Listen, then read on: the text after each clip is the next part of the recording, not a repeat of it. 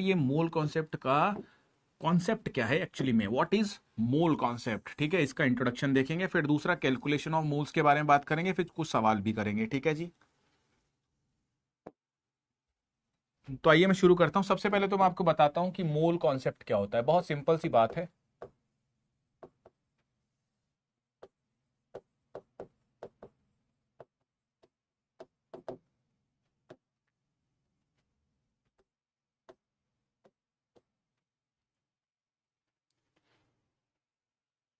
ठीक है, चलिए आइए शुरू करते हैं।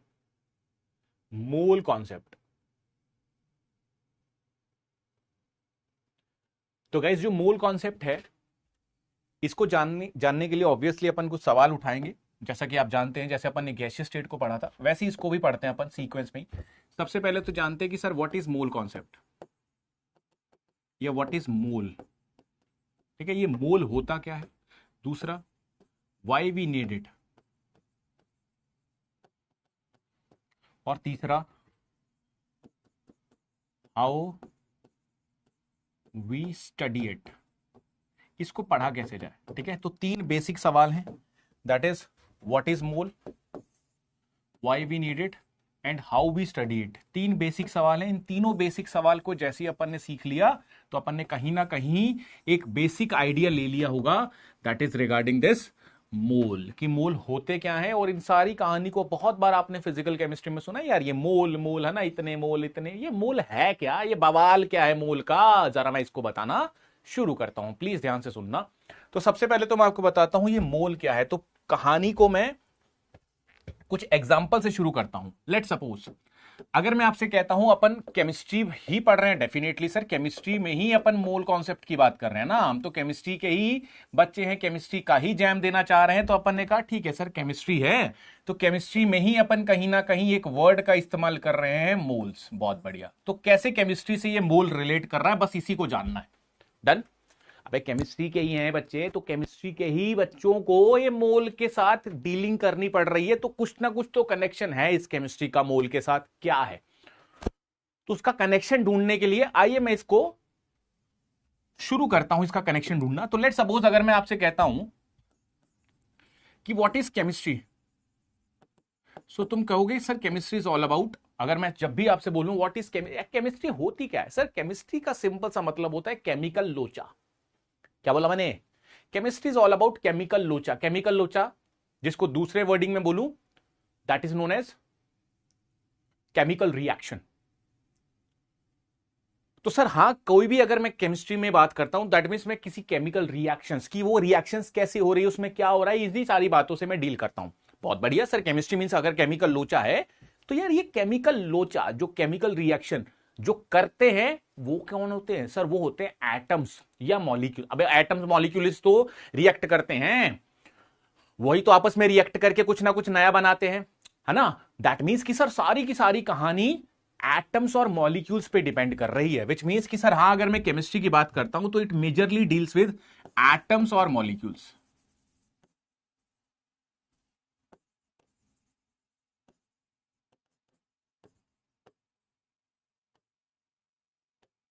It deals with atoms and molecule. बहुत बढ़िया सर, हाँ अगर ये एटम्स और मॉलिक्यूल से ही डील कर रहे हैं, तो अगली बात जरा ध्यान से सुनना गाइस, प्लीज समझ लो, है ना। अगर आपको कभी कभी भी इसमें दिक्कत ना हो, अगर आप चाहते हो कि इसमें मोल में कभी भी दिक्कत ना हो, तो मेरी बातों को समझ लेना, क्योंकि ये बात बहुत इंपॉर्टेंट है कि यार मोल मोल पढ़ तो लेते हैं, आपको समझ भी आ जाएगा अगर मैं आपको मोल निकालना सिखा दूंगा, बट मोल निकालते क्यों है, मोल निकालना क्यों है, मोल को पढ़ना क्यों है, और इसको जानना क्यों, क्योंकि एक तो इससे डायरेक्ट सवाल भी आते हैं। पूरी फिजिकल केमिस्ट्री में मोल मोल मोल मोल मोल चिल्लाते जाते हैं, और इससे लिंक होकर बहुत सारे चैप्टर्स भी समझ आते हैं, जैसे solution CP, solution and colligative properties, ज्यादातर यही है।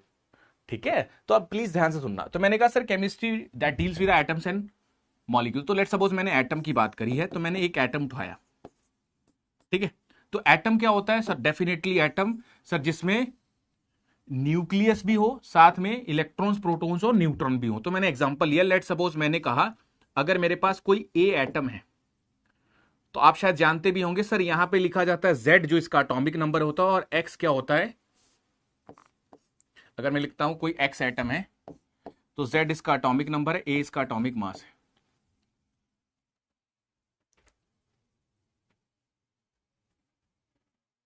ठीक है। तो अब लेट सपोज अगर मैं आपको कहता हूं कि अगर ऐसा है, तो जो भी ऊपर वाली टर्म होती है इसको अपन कहते हैं एटॉमिक मास, इस एटम का मास, और यहां एटॉमिक नंबर होता है। अब जो एटॉमिक नंबर होता है, जो Z है, ऐसे लिख भी ले, Z क्या है इसका एटॉमिक नंबर, और A क्या है जी, एटॉमिक मास। बहुत बढ़िया, अपन एटम्स के बारे में जानना शुरू कर चुके हैं। एटम्स में क्या होते हैं सर, एटम्स में होते हैं एक तो Z और एक जिसको एटॉमिक नंबर, एटॉमिक मास कहा जाता है। अब इसी में एटॉमिक नंबर क्या होता है, तो जितना एटॉमिक नंबर होगा उतना ही उसमें नंबर ऑफ इलेक्ट्रॉन्स होंगे, या फिर उतना ही उसमें नंबर ऑफ प्रोटॉन्स होंगे। ऐसा क्यों?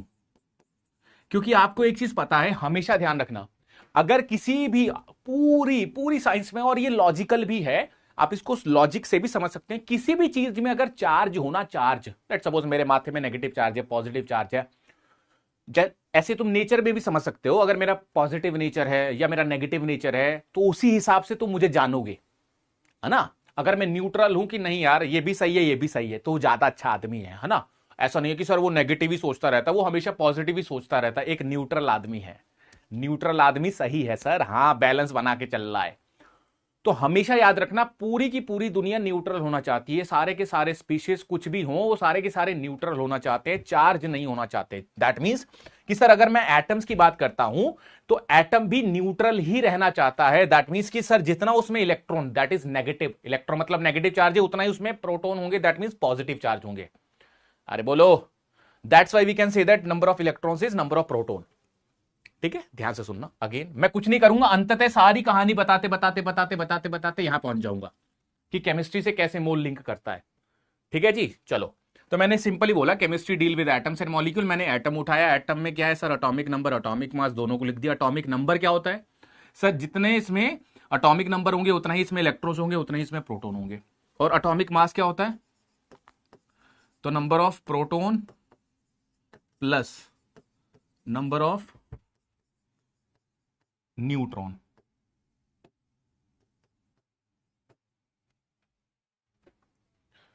That is number of protons plus number of neutrons. तो ये होता है जी आपका एटॉमिक मास। अब ये बात क्यों बताई, क्योंकि अगर मान लो मैंने आपसे सवाल पूछा कि बताओ इलेक्ट्रॉन बताओ, प्रोटॉन बताओ, तो आप मुझे इजीली बता सकते हैं। बहुत बढ़िया जी, कैसे बता सकते हैं, अभी मैं एग्जांपल लेता हूं। लेट सपोज मैंने एग्जांपल लिया, सोडियम 1123। अब याद रखना Na और इसमें जमीन आसमान का फर्क है। गुड्डू, इसमें और इसमें जमीन आसमान का फर्क है। कैसे सर, ये स्मॉल ए है तो सोडियम है, कैपिटल ए है तो एवोगैड्रोस नंबर है। हाँ जी, दोनों में डिफरेंस है, ध्यान से सुनना। ठीक है, तो हमेशा स्मॉल ए ढंग से लिखना सारी चीजें। चलो कोई बात नहीं, मैंने लिखा Na कितना है 1123, तो ये Z हुआ इसका एटॉमिक नंबर, ये A हुआ इसका एटॉमिक मास। तो अगर मैं आपसे पूछ लूं बताओ इसमें नंबर ऑफ इलेक्ट्रॉन्स कितने हैं, कोई मुझे बता सकता है? इसमें बताओ नंबर ऑफ प्रोटॉन्स कितने हैं, कोई मुझे बता सकता है? इलेक्ट्रॉन्स और प्रोटॉन्स कितने हैं, कोई मुझे बता सकता है? यस, शाबाश, बताओ बताओ। अभी बस ये सारी चीजें सवालों में भी यूज करूंगा, है ना। जरा एक बार बताओ, बहुत सिंपल सी बातें हैं। इसका यूज होगा जब अपन न्यूक्लियर केमिस्ट्री पढ़ेंगे। देख, मोल कॉन्सेप्ट को कहां लेके चला गया मैं, न्यूक्लियर केमिस्ट्री पे। ठीक है, इन सबका यूज न्यूक्लियर केमिस्ट्री में, और जैम में इससे भर के सवाल आते हैं न्यूक्लियर केमिस्ट्री में। ये प्रोटॉन न्यूट्रॉन घट रहे हैं बढ़ रहे हैं, बस इसी पे सवाल आते हैं। कोई बात नहीं, आंसर कर इसका पहले तो।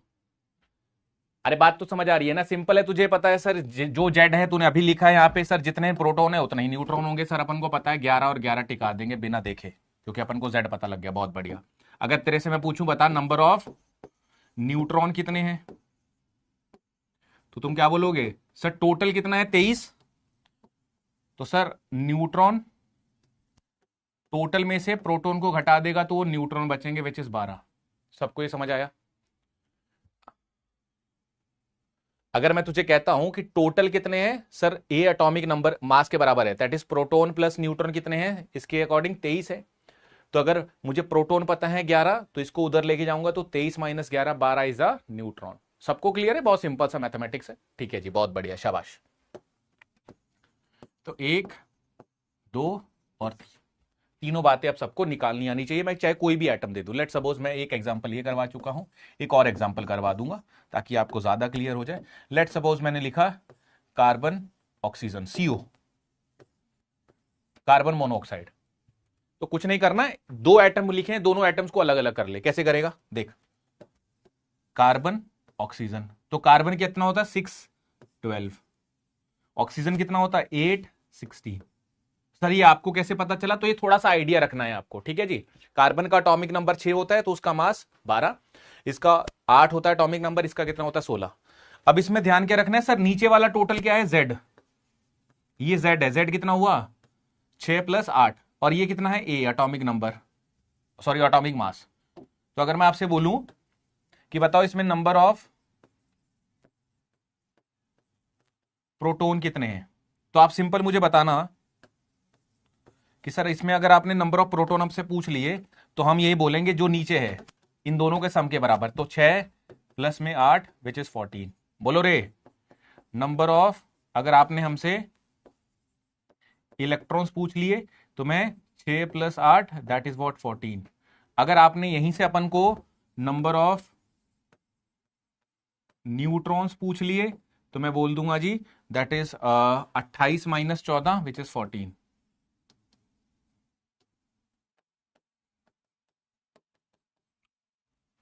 तो तीनों ही 14 रहेंगे।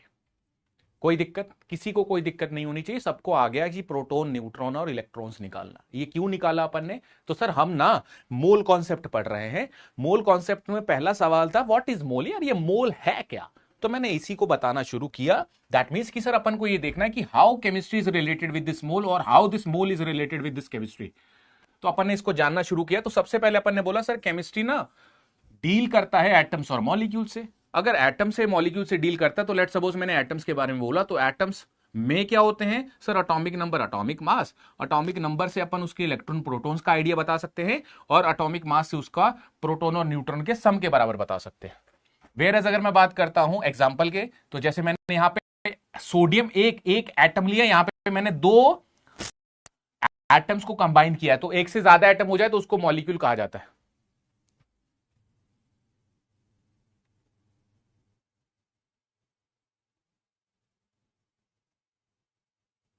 नहीं ऐसा कुछ नहीं है तेजस जी, ऐसा कुछ नहीं है, आप इसको अलग से पढ़ सकते हो। आप पढ़ लो भैया, जिसने गैसियस नहीं किया हुआ है कोई दिक्कत नहीं, आप यहां से पढ़ लो, ये नहीं छूटना चाहिए, ठीक है। चलिए बहुत बढ़िया। अगेन अब मैं आपको अगली बात बताना शुरू करता हूं। ये तो आपने सिंपल, हम ना एटम्स के बारे में जानना शुरू कर रहे हैं। एटम्स के बारे में अपन ने एक तो प्रोटॉन, न्यूट्रॉन, इलेक्ट्रॉन निकालना सीख लिया है। दूसरा एटम्स या मॉलिक्यूल्स के बारे में, एटम्स या मॉलिक्यूल्स के बारे में हम अब दूसरी बात सीखेंगे। एक बात तो अपन ने सीख ली, दूसरी बात सीख रहे हैं। ये बातें क्यों सीख रहे हैं? ताकि अपन को मोल के बारे में पता लग जाए कि मोल वाली टर्म क्यों लाई गई। तो एटम्स और मॉलिक्यूल्स के बारे में सीखेंगे। तो एटम्स और मॉलिक्यूल्स के बारे में अब मैं मास के ओरिएंटेड बात करूंगा कि इनके मासिस के बारे में क्या कहना है। मतलब ये कि अगर मैं 1 एटम का मास कहता हूं, मास ऑफ 1 एटम, तो इसको कहा जाता है जी एटॉमिक मास। हमेशा याद रखना। तो ये क्या होता है अभी बताता हूं, और इसको निकाला कैसे जाता है, ठीक है। अगेन अगर मैं कहता हूं मास ऑफ 1 मॉलिक्यूल, एक मॉलिक्यूल का मास अगर मैं निकालूं तो इसको कहा जाता है जी मॉलिक्यूलर मास। पक्की बात है। अगर मैं आपसे कहता हूं मास ऑफ 1 मोल ऑफ, ऐसे लिख ले, mass of 1 mole of atoms और मॉलिक्यूल, तो इसको कहा जाता है जी मोलर मास। अब तुम कहोगे सर ये बात जो आपने लिखी है, ये बात मान लो हम मान भी ले एक समय के लिए, बट इसको क्यों माने हम माने क्यों? ये जो बात आपने लिख दी इसको माने कैसे, और इसको जरा और ढंग से समझाइए। तो मैं अल्टीमेटली यहां पे ये बताना चाहता हूं कि 3 तरीकों के मास होते हैं, atomic mass, molar mass, sorry molecular mass और मोलर मास। तीनों में क्या डिफरेंस है मैं ये बताना चाह रहा हूं। आइए मैं आपको बताना शुरू करता हूं तीनों में क्या डिफरेंस है। एग्जाम्पल से बताना शुरू करता हूं, ठीक है। चलिए आइए, चलिए आगे चलें, चलो आओ। लेट सपोज मैंने लिखा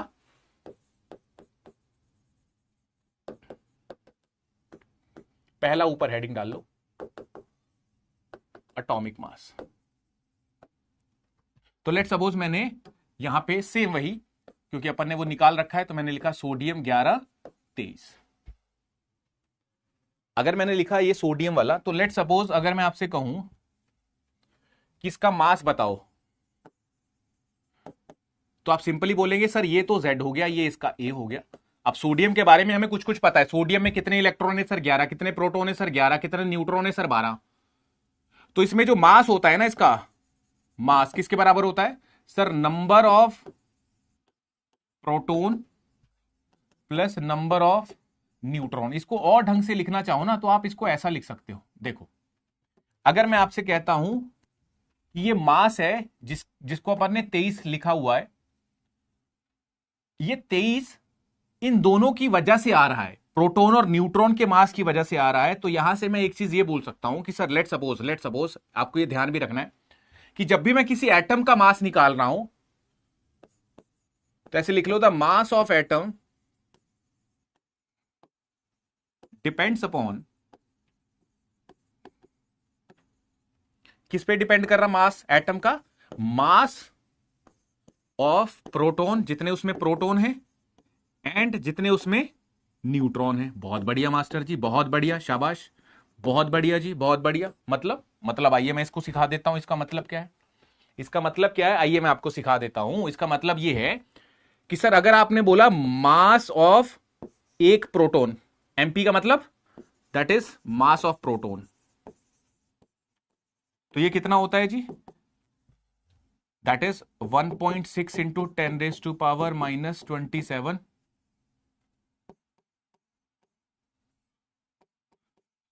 6 इंटू 10⁻⁻27 kg, या इसको ग्राम्स में लिखना है तो 10⁻⁻24 ग्राम। ये एक मास होता है प्रोटॉन का। सिमिलरली जो मास ऑफ न्यूट्रॉन है वो ऑलमोस्ट मास ऑफ प्रोटॉन के बराबर ही होता है। दैट मींस कि मास ऑफ जो न्यूट्रॉन है वो कितना कहलाएगा, 1.626 इंटू 10⁻⁻24 ग्राम, ऑलमोस्ट इतना ही होता है। तो अब अगर मैं आपसे पूछता हूं कि किसी भी एटम का मास निकालना है तो वो किसके बराबर होगा, तो लेट सपोज अगर मैं आपसे कहता हूं सोडियम वाला ही, ऊपर वाला ही मैंने एग्जांपल लिखा, मान ली मैंने लिखा मुझे मास निकालना है सोडियम 1123 का, तो सर ये इसका मास होता है। और यहां से मुझे ये पता लग गया कि अगर मान लो मैंने न्यूट्रॉन्स निकाले तो सर वो 12 है, मान लो मैंने प्रोटॉन्स निकाले तो वो कितने हैं जी, 11 है। तो इसका मास किसके बराबर आता है सर, मास किसके बराबर आता है, तो मैं अगर मास निकालना चाहूं तो मेरे पास एक प्रोटॉन का कितना मास है इनटू में नंबर ऑफ प्रोटॉन्स कितने हैं। अभी यही निकालूंगा ना, अबे एक प्रोटॉन का मास और प्रोटॉन है कितने उससे मल्टीप्लाई कर दूंगा, यही है ना। अगर एक सेब, 1 एप्पल 1 किलो का है मान ले, या 10 ग्राम का है या 100 ग्राम का है एक एप्पल, तो 20 एप्पल कितने के होंगे, तो 20 से मल्टीप्लाई तो करूंगा इसको। तो अगर मुझे एक का पता लग गया तो जितनों का भी निकालना उससे मल्टीप्लाई कर देना है। सिमिलरली अगर मैं कह रहा हूं कि एक मास ऑफ प्रोटॉन इतना है, तो अगर मुझे मास निकालना हो टोटल, तो मैं कहूंगा जी एक प्रोटॉन का मास कितना इनटू में उसमें प्रोटॉन कितने हैं, प्लस एक न्यूट्रॉन का मास कितना है और इसमें नंबर ऑफ न्यूट्रॉन्स कितने हैं। बोलो जी, पक्की बात है। Let's suppose 1 mass of proton, neutrons कितने हैं इसमें, सॉरी प्रोटॉन कितने हैं 11, प्लस 1 मास ऑफ न्यूट्रॉन कितने हैं जी, न्यूट्रॉन 12। कोई बात नहीं, कोई बात नहीं, फिर से एग्जांपल से इसको समझाऊंगा, चिंता मत करो। तो इसको और ढंग से लिखूंगा तो कैसे लिख सकता हूं जी, कि सर जो मास है वो किसके बराबर आ रहा है, कि सर एक प्रोटॉन का कितना मास है इनटू में प्रोटॉन कितने हैं 11, एक न्यूट्रॉन का मास कितना इनटू में न्यूट्रॉन कितने हैं 12। अब क्योंकि सर आप ये भी जानते हैं कि सर मास ऑफ जो न्यूट्रॉन है वो ऑलमोस्ट इक्वल है मास ऑफ प्रोटॉन के, तो इसको मैं मास ऑफ प्रोटॉन भी लिख सकता हूं। तो 1 मास of proton into 11 plus 1 mass of proton into 12, तो टोटल कितने हो गए जी 23 मास ऑफ प्रोटॉन। ये आ गया जी मास ऑफ 1 एटम। पहले तो मुझे थोड़ा सा बताइए, आपको थोड़ा बहुत तो समझ आया होगा, एक बार देख लीजिए, नहीं समझ आया तो कोई दिक्कत नहीं है, मैं 1-2 एग्जांपल और करवाऊंगा। मैंने क्या बोला मैं आपको ना एटॉमिक मास, मॉलिक्यूलर मास और मोलर मास का डिफरेंस बता रहा हूं। बहुत बढ़िया जी। सबसे पहले सर आपने ना हमें एटॉमिक मास बताना शुरू किया। आपने हमें एक एटम दिया, इस एटम में आपने बोला कि सर जो ऊपर वाला होता, अबे मास की बात कर रहा हूं तो मैं ऊपर की तरफ जाऊंगा, ठीक है जी। ये किसके बराबर होता? प्रोटॉन और न्यूट्रॉन, जो कितने हैं? 23। बहुत बढ़िया। अगेन सर अगर आप मास की बात करोगे तो जितने प्रोटॉन है इंटू में उसका एक का मास कितना, उसको मल्टीप्लाई कर दो। एक प्रोटॉन का मास है इंटू में नंबर ऑफ प्रोटॉन, फिर एक न्यूट्रॉन का mass into number of neutron. तो मैंने न्यूट्रॉन प्रोटॉन तो निकालना सीख लिया है, तो सर नंबर ऑफ प्रोटॉन कितने? 11, न्यूट्रॉन कितने? 12। फिर मुझे यह भी पता है कि सर ऊपर आपने बोला है कि दोनों का मास ऑलमोस्ट सेम है, दोनों का मास ऑलमोस्ट सेम है, तो मैंने दोनों को रिप्लेस कर दिया और दोनों को ऐड किया तो 23 मास ऑफ प्रोटॉन आया है। क्या सबको ये क्लियर है? बोलो रे।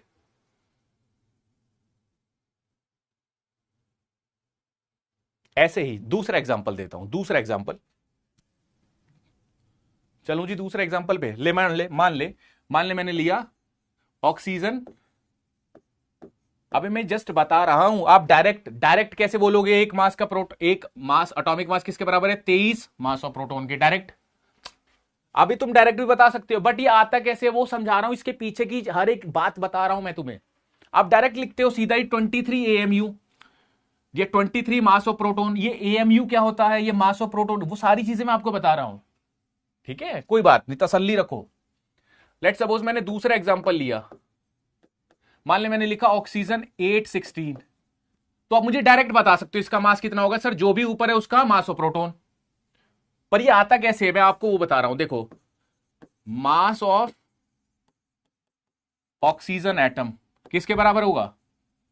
सर एक प्रोटॉन का मास कितना इंटू में नंबर ऑफ प्रोटॉन्स कितने इसमें, प्लस एक न्यूट्रॉन का मास कितना इंटू में नंबर ऑफ न्यूट्रॉन्स कितने हैं। तुम्हें आंसर पता है? सर आंसर तो यही होगा कि हमारे पास 16 मास ऑफ प्रोटॉन आना चाहिए। हाँ बिल्कुल। अब आपने बोला कि सर जो मास ऑफ प्रोटॉन है वो ऑलमोस्ट इक्वल होता है जी मास ऑफ न्यूट्रॉन के, विच इज 1.626 इंटू 10 की पावर -24 ग्राम्स। तो अब डायरेक्ट ये बात यहां रख दो कि सर अगर नंबर ऑफ प्रोटॉन, एक मास ऑफ प्रोटॉन इंटू में ये कितना आएगा तुम्हारे पास? नंबर कितने हैं प्रोटॉन के? 8। अब प्रोटॉन, न्यूट्रॉन, इलेक्ट्रॉन्स, इलेक्ट्रॉन्स कितने हैं जी? 8। प्रोटॉन्स कितने हैं जी? 8। न्यूट्रॉन्स कितने हैं जी? 16 माइनस 8, 8। ये निकालने में आपको टाइम नहीं लगना चाहिए, ठीक है जी। चलिए बहुत बढ़िया। अगेन 1 मास ऑफ न्यूट्रॉन, ये कितना है जी? न्यूट्रॉन, नंबर ऑफ न्यूट्रॉन्स कितने हैं? 8। अब क्योंकि दोनों ही सेम है मास, तो मैं किसी को भी मास ऑफ प्रोटॉन, इसको ही मास ऑफ प्रोटॉन लिख सकता हूं, तो ओवरऑल बन जाएगा जी 16। तो 16 चाहे आप मास ऑफ प्रोटॉन लिख लो, इसी को ध्यान सुनना, एक मास ऑफ प्रोटॉन किसके बराबर है? 1.626 इंटू 10 की पावर -24 ग्राम लिख लो, या फिर 16 AMU लिख लो, एटॉमिक मास यूनिट लिख लो। क्यों? ध्यान सुनना, एटॉमिक मास यूनिट का मतलब समझाता हूं। मान ले अगर मैं कहता हूं सबसे लाइटेस्ट, सबसे हल्का, सबसे कम मास किसका है? सर हाइड्रोजन का। क्या इससे कम वाला मास वाला एटम एग्जिस्ट करता है? जल्दी बताओ, क्या इससे कम वाला एटम कोई एग्जिस्ट करता है? नहीं करता। हाँ जी, क्या इससे कम करता है कोई एग्जिस्ट? अरे ओ गुड्डू, हीलियम इसके बाद आएगा। क्या इससे कम कोई एग्जिस्ट करता है?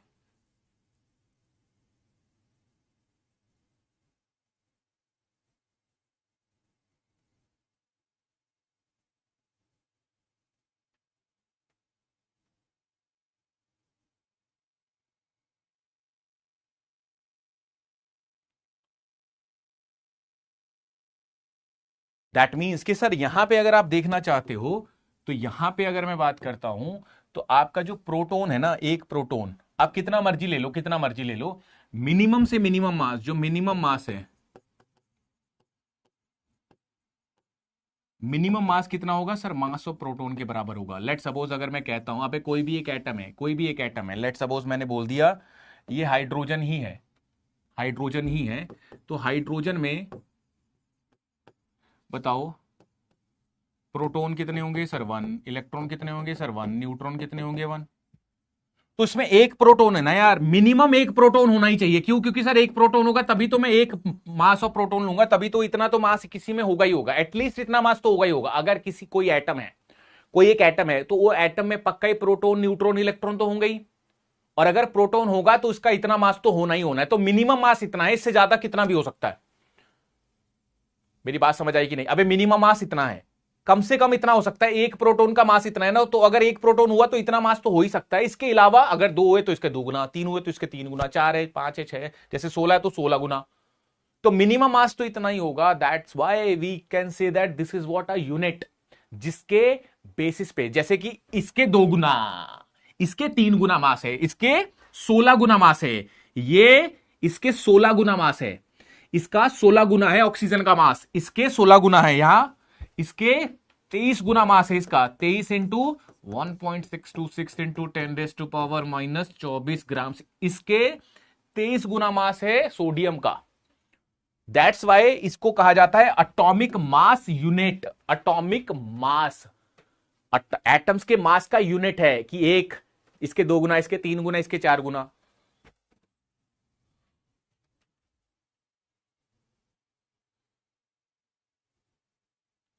सर लेकिन न्यूट्रॉन नहीं होता ना। हाँ, 1 1 भी बोल सकते हो, उसका आइसोटोप मैंने ड्रॉ कर दिया, कोई बात नहीं, आप इसको 1 1 भी लिख सकते हो, मैंने इसका आइसोटोप ड्रॉ कर दिया, कोई बात नहीं।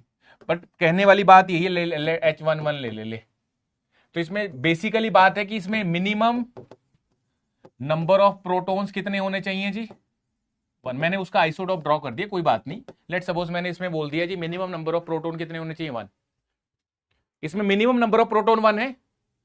एक प्रोटॉन ना हो तो वो एटम एग्जिस्ट ही नहीं कर सकता। अरे बोलो, दैट मींस कि सर कहीं ना कहीं अगर कोई एटम है तो उसमें एक प्रोटॉन तो होगा ही होगा। अगर एक प्रोटॉन है तो उसका एक प्रोटॉन जितना मास तो होना ही होना, उसके बाद जितने उसमें प्रोटॉन उतना ही गुना उसका मास। दैट्स वाई अपन इसको नाम देते हैं एटॉमिक मास यूनिट।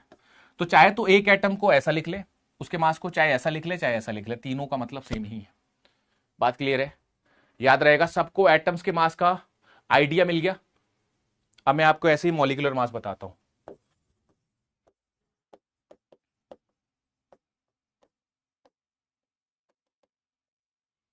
अगर आप लिख रहे हो तो लिख लो।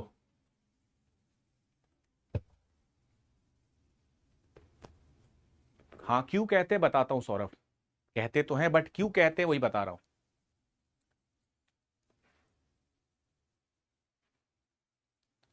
ये सबने लिख लिया? चलो आओ, अब मैं बताता हूं आपको मॉलिक्यूलर मास, एग्जांपल से ही बताता हूं। अब आप मुझे बता सकते हो, वैसे तो वैसे अगर मैं आपसे पूछ लूं तो आप मुझे बता सकते हो। लेट सपोज अगर मैं बात करता हूं NO की, ये एक मॉलिक्यूल है, बहुत बढ़िया सर मॉलिक्यूल है ये। अगेन इसका कितना होता है 7, और मास कितना होता है 14, 8 और 16। ठीक है, ये मैंने लिख दिया। अब मुझे सबसे पहले तो आपसे ये जानना है कि इसमें नंबर ऑफ इलेक्ट्रॉन्स कितने हैं, इसमें नंबर ऑफ प्रोटॉन्स कितने हैं, और इसमें नंबर ऑफ न्यूट्रॉन्स कितने हैं। सबसे पहले तो मुझे ये बता दीजिए आप सभी बच्चे। तो आप सभी बच्चे मुझे बिल्कुल इसका आंसर कर सकते हैं कि सर इसमें प्रोटॉन, न्यूट्रॉन और इलेक्ट्रॉन अगर आपने हमसे पूछ लिए तो सर नीचे वाले जितने टोटल होंगे वो इसमें प्रोटॉन और इलेक्ट्रॉन बता रहे होंगे, विच इज 15 15। और इसको जब मैं माइनस करूंगा, ऊपर कितना है तेरे पास, दैट इज 16 और 14 30, और नीचे 15, तो ओवरऑल 15 ही बनेगा।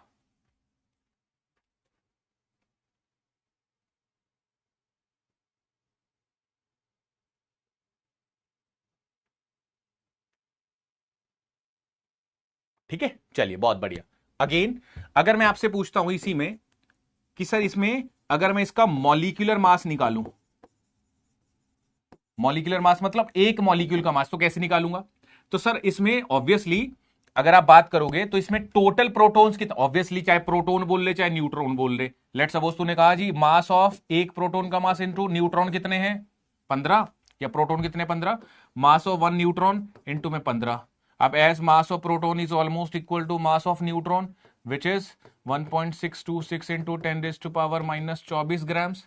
तो इसको मैं ऐसा लिख सकता हूं जी 30 मास ऑफ प्रोटॉन। वो तो तू डायरेक्ट भी लिख सकता है, इन दोनों को ऐड करो तो उतना ही मास ऑफ प्रोटॉन आ जाएगा।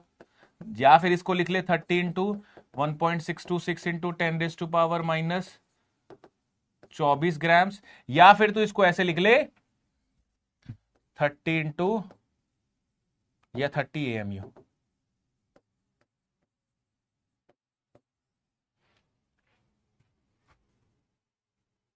डन। तो आपको यहां से ये समझ आ गया कि सर अगर आप एक एटम या मॉलिक्यूल की बात करेंगे तो जब जब एक एटम मॉलिक्यूल की बात करेंगे ये वाली यूनिट आएगी एएमयू।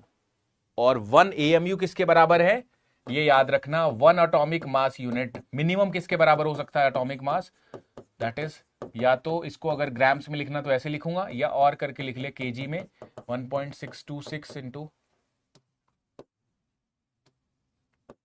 10⁻⁻27 केजी।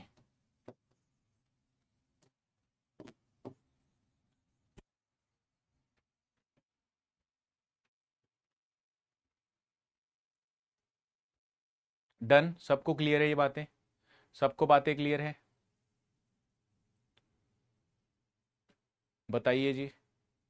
आप सभी बच्चे मुझे इसका आंसर बिल्कुल कर सकते हैं कि सर हाँ, हमें दोनों मास का थोड़ा बहुत आइडिया मिल चुका है। जो आपने बताया था हमें एटॉमिक मास मतलब एक एटम का मास जिसको एएमयू में रिप्रेजेंट किया जा सकता है, मॉलिक्यूलर मास को भी एएमयू में रिप्रेजेंट किया जाता है। अब सवाल उठता है सर ये मोलर मास का क्यों जरूरत पड़ा। तो लेट सपोज ना, अगर लेट सपोज मैं एक और एग्जांपल देता हूं, मान ले मैंने कहा NaOH, आपने कभी यूज भी किया होगा लैब में NaOH। लेट सपोज मैंने एग्जांपल दिया NaOH का, ये कितना है जी, 11 23 8 16 1 1, ठीक है। मान ले मैंने NaOH लिखा, तो आपको पता है कि सर अगर आपने हमें इसका, ऑब्वियसली ये मॉलिक्यूल है तो इसका मॉलिक्यूलर मास निकाला जाएगा। मॉलिक्यूलर मास कितना होगा इसका, मॉलिक्यूलर मास कितना होगा, तो सर जितना ऊपर है कितना, 24 और 6 30 और 10 40, तो 40 एएमयू लिख लो, चाहे आप इसको लिख लो 40 इंटू 1.626 इंटू 10⁻⁻24 ग्राम में लिख लो, चाहे भी लिख लो 14 इंटू 1.626 इंटू 10⁻⁻27 केजी में लिख लो, चाहे भी लिख लो 14 मास ऑफ प्रोटॉन, एक ही बात है, ठीक है जी। ये रिप्रेजेंटेशन का एक ही मतलब है।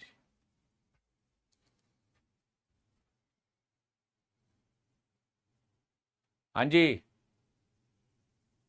दैट मीन्स कि सर लेट सपोज अगर आपने कहा कि हम ना, ऑब्वियसली अब ध्यान सुनना, अब लिंक करूंगा, मोल आ रहा है, मोल आ रहा है, मोल आ रहा है, कैसे आएगा सर, अपने ना, हमें ना केमिस्ट्री में सबसे पहली बात यही बोली थी कि केमिस्ट्री में अपन यार मोल कॉन्सेप्ट पढ़ रहे हैं, तो ऐसा क्यों पढ़ रहे हैं, पहली बात तो इसका रीजन ये है कि सर केमिस्ट्री में तो हम केमिकल रिएक्शंस करवाते हैं, बहुत बढ़िया।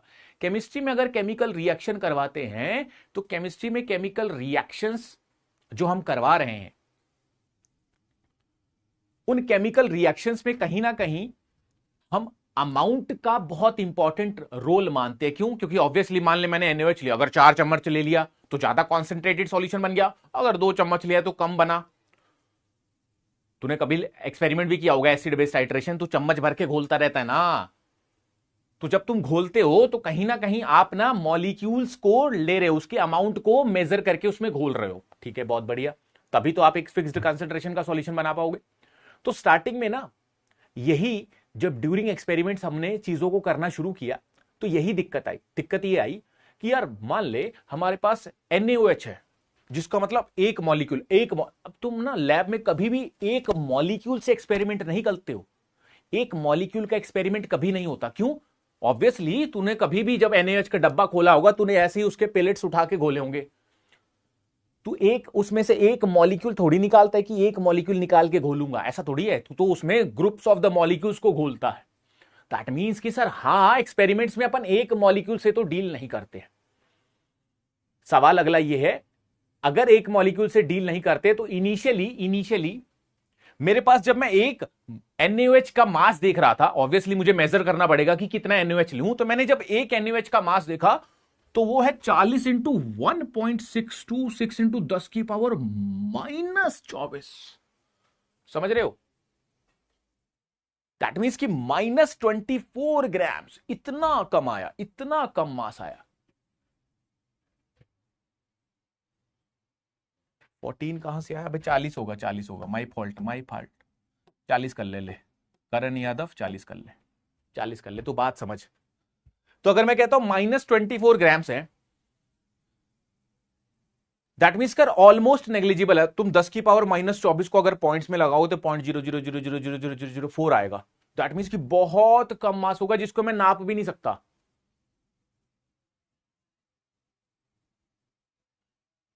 विच मीन्स कि सर अगर मैं नाप नहीं सकता तो मैं रिएक्शन में उसको यूज नहीं कर पाऊंगा।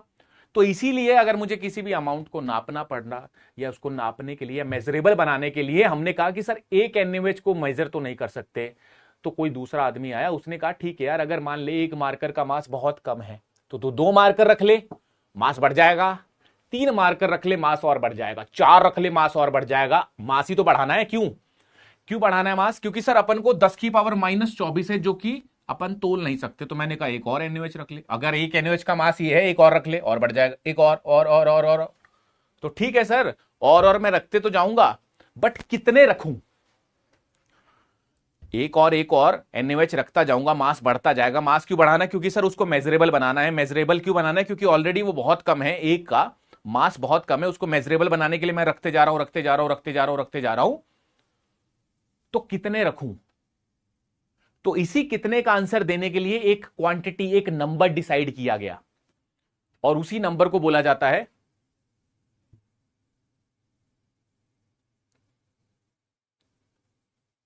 मोल। उसी नंबर को बोला जाता है मोल। ठीक है, कि मोल क्या होता है सर? अगर कोई भी क्वांटिटी है उसको कितने टाइम्स रखूं कि उसका एक मेजरेबल मास बन जाए, तो साइंटिस्ट ने उसका एक नंबर डिफाइन किया, उसके एक नंबर को बनाया, उसी नंबर को बोला जाता है मोल। विच मींस कि सर हां, लेट सपोज अगर मैंने एक NaOH बोला तो उसका 40 इंटू 1.626 इंटू 10⁻⁻24 ग्राम है। अगर मैंने 2 NaOH बोला तो सर इसका 2 गुना हो जाएगा, तो इसके 2 टाइम्स हो जाएगा वेट। अगेन मैंने 3 NaOH बोला तो सर इसके 3 टाइम्स हो जाएगा वेट, एंड सो ऑन। तो मैं कितने NaOH रखूं ताकि जो मेरा वेट है वो मेजरेबल हो जाए, जिसको मैं इजीली नाप पाऊं? तो वो कैसे बनाया गया? तो जब मॉलिक्यूल में बोला गया कि सर आप ना Na मॉलिक्यूल ले लो, मतलब NaOH के Na मॉलिक्यूल ले लो, कितने? 6.022 इंटू 10 की पावर 23। अब सवाल ये भी उठता है कि सर यही क्यों लिया गया, इसी को क्यों 1 मोल बोला जाता है? आपके मन में शायद ये भी सवाल आ सकता है कि सर इसी को क्यों 1 मोल बोला जाता है और इतना ही क्यों लिया गया? अबे 7.22 भी तो ले सकते थे, या 1.22 भी तो ले सकते थे, या 10 की पावर 50 भी तो ले सकते थे। यही क्यों लिया? इसी को क्यों लिया? और इसी को लेते ही ये मेजरेबल कैसे बन जाएगा? इसलिए बन जाएगा क्योंकि अगर 1 का है तो इतना, 2 का है तो इतना, 3 का है तो इतना, अगर Na का है तो कितना होगा सर? Na इंटू में 40, इतना तो था ही ना, 40 इंटू 1.626 इंटू 10⁻⁻24 ग्राम, इतना है। अब Na का वैल्यू रख 6.022 इंटू 10⁻23 इंटू 40 इंटू 1.626 इंटू 10⁻⁻24 ग्राम। अब जब तुम इसको सॉल्व करोगे ना, तो सॉल्व करने पे ही आपको इसका आंसर मिल जाएगा कि इतना क्यों रखा गया। इतना इसलिए रखा गया क्योंकि ये वैल्यू इससे कैंसल आउट हो जाती है, और इससे कैंसल आउट क्योंकि सर यही वो कारण है जिससे अमाउंट कम आ रहा है। अबे 10 की पावर 24 ही ना होता तो ये अमाउंट मेजरेबल रहता, अगर ये हटा दूं तो अमाउंट मेजरेबल है। तो अगर इसी को हटा दूं किसी तरीके से, तो उसी का एक अल्टरनेटिव लिया गया, इसी नंबर का एक रेसिप्रोकल लिया गया, और उसको रखते ही, उससे मल्टीप्लाई करते ही ये कैंसिल आउट हो जाएगा। तो आंसर कितना आ जाएगा? 40, और ये ग्राम बचा ही हुआ है। और Na का यूनिट तो जानता है पर मोल, तो gram per mole is an answer, and that's is known as molar mass corresponding to 1 mole of atom. ले भाई, कुछ समझ आता पता आया हो, तुम्हारी बातें अगर आपस में खत्म हो गई हो तो मुझे बता दो जी।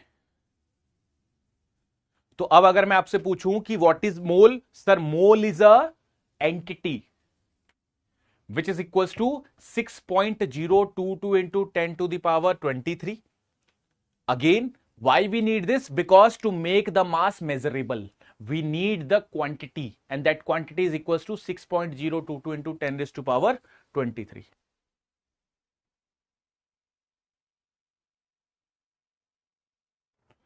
अरे बोलो गधों, कुछ तो समझ आया होगा तुम्हें।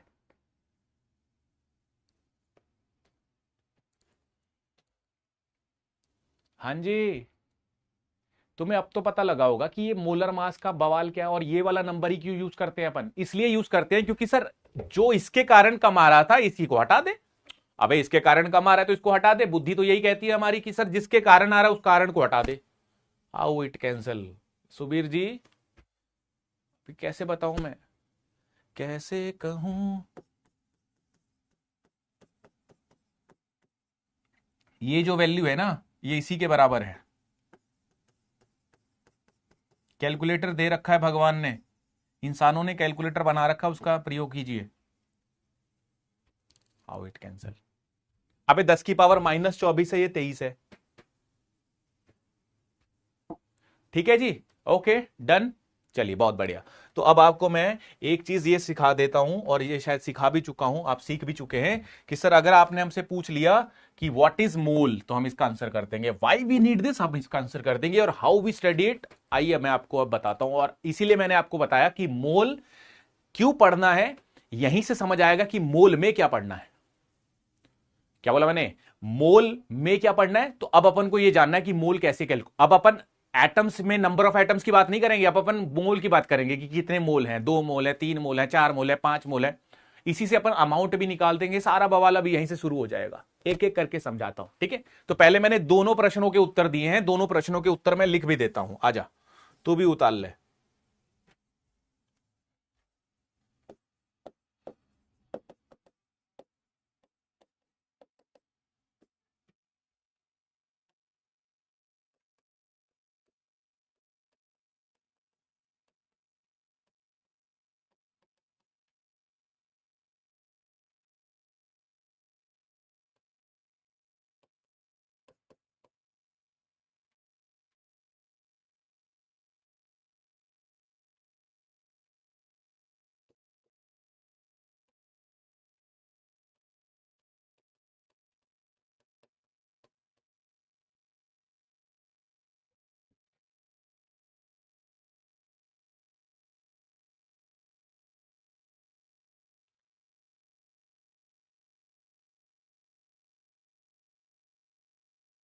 Okay Dev, Dev Arya. The mole is the entity which has a number equal to 6.022 into 10 की पावर 23।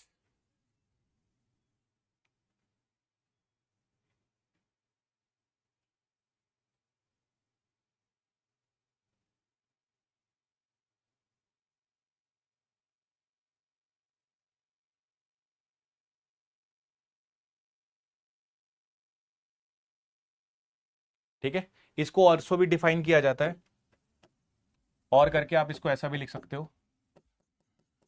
इसको मतलब ये तो मैंने आपको जनरल इसका सिग्निफिकेंस बताया, बट ये नंबर आया कैसे या इसको और भी कैसे डिफाइन किया जा सकता है, मैं आपको बताता हूं।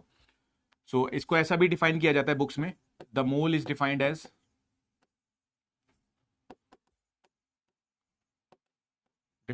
द एंटिटी या as a number of entity. Entity कुछ भी हो सकती है, एटम्स हो सकते हैं, जैसे अपन तो यहाँ पे एटम्स की बात कर रहे हैं, एटम्स, आयंस, मॉलिक्यूल्स, कुछ भी हो सकते हैं ना। मैं भी 1 मोल हो सकता हूं, मतलब 6.022 10 की पावर 23 हो सकता हूं। ठीक है सर, समटाइम्स इट ऑल्सो भी, नहीं जी ऐसा नहीं होता है, समटाइम्स नहीं होता है जी, हमेशा यही होता है, समटाइम्स नहीं होता है। ठीक है जी। तो mole is also defined as the number of entity which is equals to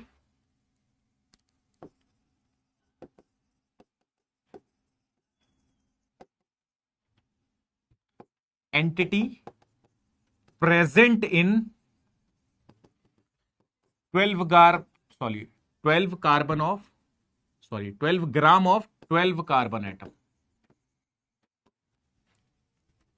अब ये क्या लिखा, मैं इसको समझाता हूं, आप समझ जाएंगे, इजीली समझ जाएंगे क्या लिखा मैंने। और ये भी बहुत इंपॉर्टेंट लाइन है, कई बच्चों को समझ ही नहीं आता ये, है ना। तुम कहोगे सर ये कार्बन ही क्यों लिया यार, इतना इंपॉर्टेंट क्यों है, कार्बन क्यों लिया ना, अभी मैं बताता हूं, है ना, चिंता मत करो। क्या बोला मैंने? The mole is defined as the number of entity. Obviously mole क्या है, एक नंबर है भैया, एंटिटी है, क्वांटिटी है, नंबर ऑफ क्वांटिटीज है। बहुत बढ़िया, ऊपर कितनी क्वांटिटी है? 6.022 10 की power 23।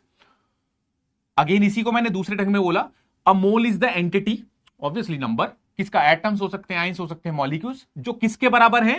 Equal to entity present in 12 gram of 12 carbon atom. अब इसको प्रूफ करता हूं। लेट सपोज सर अगर मैंने 1 कार्बन, प्रूफ लिख लिया ऐसे, अगर मैं कहता हूं 1 कार्बन एटम,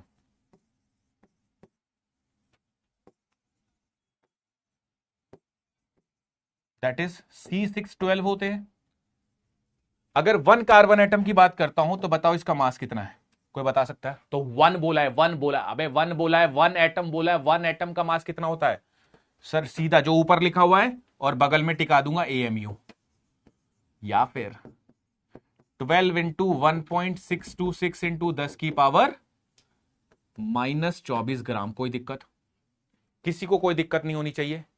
मैं क्या बोल रहा हूं, ऊपर वाली लाइन को समझा रहा हूं मैथमेटिकली। क्या बोला मैंने? कहता है मोल वो एंटिटी है जो 12 ग्राम ऑफ 12 कार्बन एटम में प्रेजेंट है, 12 ग्राम ऑफ इतने कार्बन एटम में प्रेजेंट है। तो मैंने कहा ठीक है, अगर मैं 1 कार्बन एटम लेता हूं तो उसका मास तो इतना है। तो मैंने ठीक बोला कि 1 एटम, 1 कार्बन 612 एटम में, अंग्रेजी में लिख ले, 1 कार्बन एटम में 12 इंटू 1.626 इंटू 10 की पावर -24 ग्राम से। तो अगर एक कार्बन एटम में इतने ग्राम है तो 1 ग्राम में कितने एटम होंगे, ये निकाल सकते हो। अगर मान लेना मैंने कहा 20 एप्पल 10 बॉक्स में है, तो एक बॉक्स में कितने एप्पल होंगे? तो 20/10। अबे 10 को नीचे ले आएगा ना। तो यही बोल रहा हूं कि अगर मैं एक कार्बन एटम में इतने ग्राम बोल रहा हूं तो 1 ग्राम में कितने होंगे, इसको नीचे ले आ। तो 1 कार्बन एटम अपॉन में 12 इंटू 1.626 इंटू 10 की पावर -24, ये आ जाएगा जी 1 ग्राम। दैट मीन्स कि सर हाँ, अगर आप 1 ग्राम में देखते हो तो इतने कार्बन एटम है। क्या बोला मैंने? 1 ग्राम में अगर आप देखते हो तो आप 1 ग्राम में इतने कार्बन एटम है। तो हमने क्या बोला ऊपर कि सर मोल वो है जो 12 ग्राम ऑफ कार्बन एटम में प्रेजेंट है। तो 1 ग्राम में अगर इतना है तो 12 में कितना होगा? ओ भाई ओ, अभी फिर से करूंगा इसको। तो अगर मैं कहता हूं 1 ग्राम में इतना है, सो अकॉर्डिंग टू अबे यार, according to definition 12 gram of carbon 612 atom में कितने होंगे? तो सर अगर एक में इतने हैं तो मैं सिंपल लिख दूंगा 12 अपॉन में 12 इंटू 1.626 इंटू 10⁻⁴ -24। ये कैंसिल आउट हो जाएगा। अब अगेन ये रेसिप्रोकल होगा, 1 अपॉन बनेगा ऊपर जाएगा। तो मैंने अभी लिखा भी 1 upon this value is what? This, which is 6.022 into 10 की पावर 23, जो कि आना ही था। अब यही तो है ना 1 मोल। ये 1 मोल ये वाला वैल्यू कैसे आता वो भी मैंने प्रूव कर दिया। डेफिनेशन को एक बार फिर से पढ़ो और इसको देखो। एक बार मैं फिर से बताता हूं। कह रहा है 1 mole is defined as the entity which is present in 12 gram of carbon 12 atom. तो सर अगर एक कार्बन एटम है तो उसका मास अपन को पता है। तो सर हाँ, अगर 12 इंटू 1.626 इंटू 10 की पावर 24 ग्राम है तो एक कार्बन एटम में इतने ग्राम है, तो 1 ग्राम में कितने एटम होंगे? इतने। तो 12 ग्राम में कितने होंगे? 12 से मल्टीप्लाई कर दिया आंसर। हाँ जी, कुछ अता पता तो चल रहा होगा तुम्हें। अब तुम कहोगे सर क्या हमेशा ही 12 ग्राम और 12 कार्बन एटम के लिए वैलिड है ये? नहीं, तो किसी के लिए भी बना ले। मतलब आजा। So mole is defined as number of entity present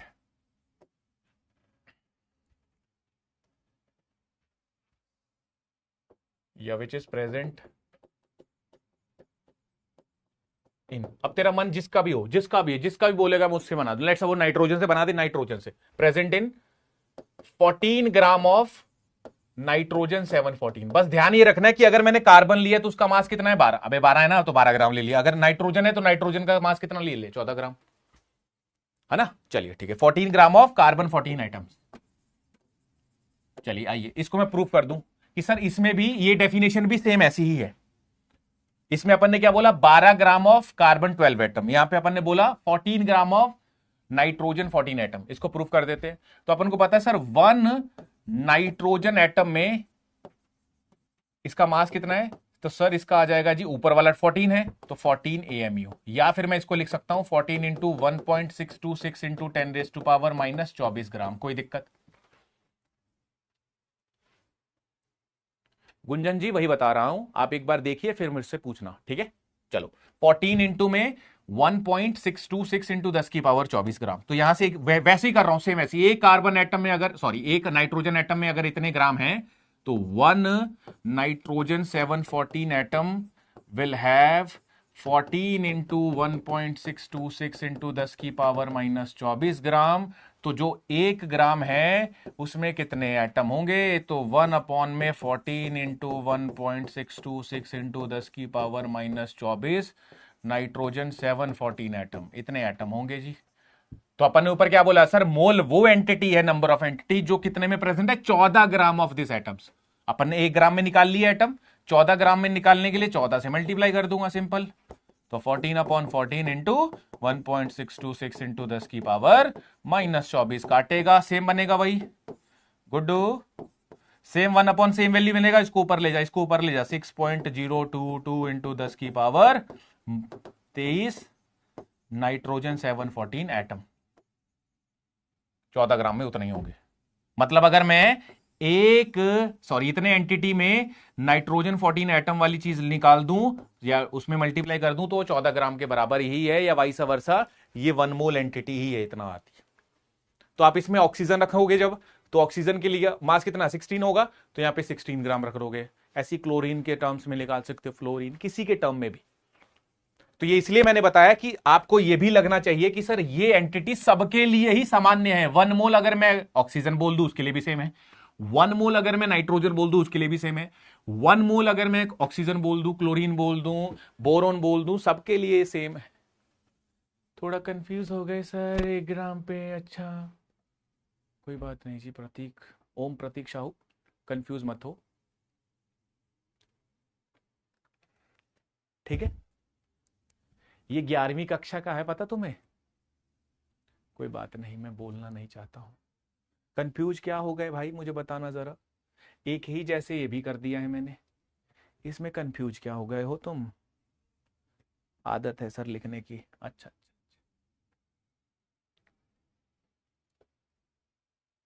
Gunjan जी, गुंजन यादव, बताइए अब क्या आपकी स्टेटमेंट सही है, या आपको आपकी स्टेटमेंट का आंसर मिल चुका है जो आपने अभी लिखा है? क्या कार्बन की जगह और भी एटम हो सकते हैं? बिल्कुल हो सकते हैं जी। डन है? ओके, चलिए। तो मैंने आपको यहां से एक तो ये सिखा दिया मोल क्या होता है, और ये क्यों चाहिए, ये क्यों चाहिए। तो सर मैंने ये भी बता दिया, to make the quantity measurable. Why we need this, why we need to study mole, इसको क्यों पढ़ना है? To make the entity measurable. तो इसके दो इंपॉर्टेंस ऐसे लिख ले, दो इंपॉर्टेंस है, एक तो एग्जाम पॉइंट ऑफ व्यू से, और दूसरा कि हाँ ये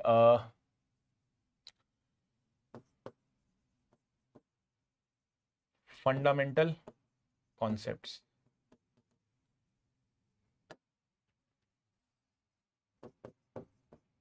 हेल्प्स इन अंडरस्टैंडिंग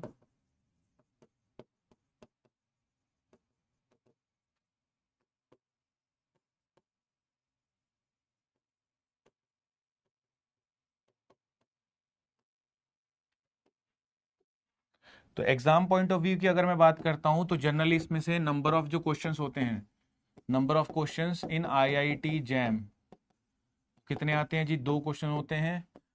मार्क्स की बात करेगा तो 3 से 4 मार्क्स का एवरेज पूछा ही जाता है इस पे, इंपॉर्टेंट है जी।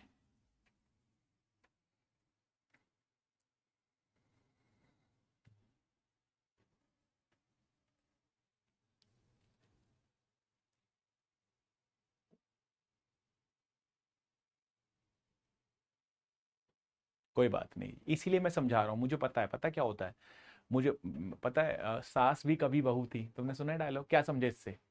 कभी मैं भी स्टूडेंट था, है ना, है ना, मैं बुराई नहीं करता हूँ, बट मैं ऐसे बोलता हूँ तुम्हें चीज़ों को। बट ये चीज़ें अगर मान लो ये कक्षा 10वीं 11वीं की है ना, हमें उसी टाइम अगर बहुत तगड़े तरीके से समझा दिया होता। वैसे अगर तुम गौर फरमाओ जैम के सिलेबस में, तो काइनेटिक्स तुम्हें 12वीं में पढ़ रखी है, ऑलमोस्ट उतनी ही है, थोड़ी बहुत एक्स्ट्रा है। थोड़ी बहुत एक्स्ट्रा तो पढ़ लेते, पर अपन को बेसिक ही नहीं पता। तो काइनेटिक्स तुमने 12वीं में पढ़ी होगी, तुमने इलेक्ट्रो भी पढ़ रखी है, तुमने थर्मो 11वीं में पढ़ रखी है, अगेन इलेक्ट्रो 12वीं में थी, है ना। इक्विलिब्रियम 11वीं में पढ़ रखा है ना। कोऑर्डिनेशन पढ़ रखा है 12वीं में। और भी बहुत सारी चीजें हैं, आइसोमेरिज्म, उसमें एक सवाल आता है कोऑर्डिनेशन का। ठीक है, उसके बाद gaseous state, state of matter, structure of atom, ये सब पढ़ रखा है, इस पे सब में से सवाल आता है।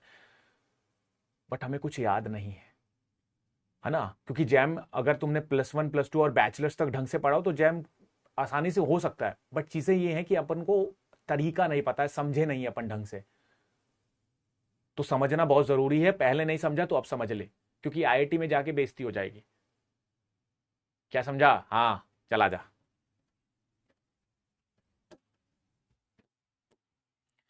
Helps in understanding fundamental concept, जैसे कि स्टोशियोमेट्रीज, बहुत मतलब हद इंपॉर्टेंट जो मैं लिखने वाला हूं अभी, स्टोशियोमेट्री।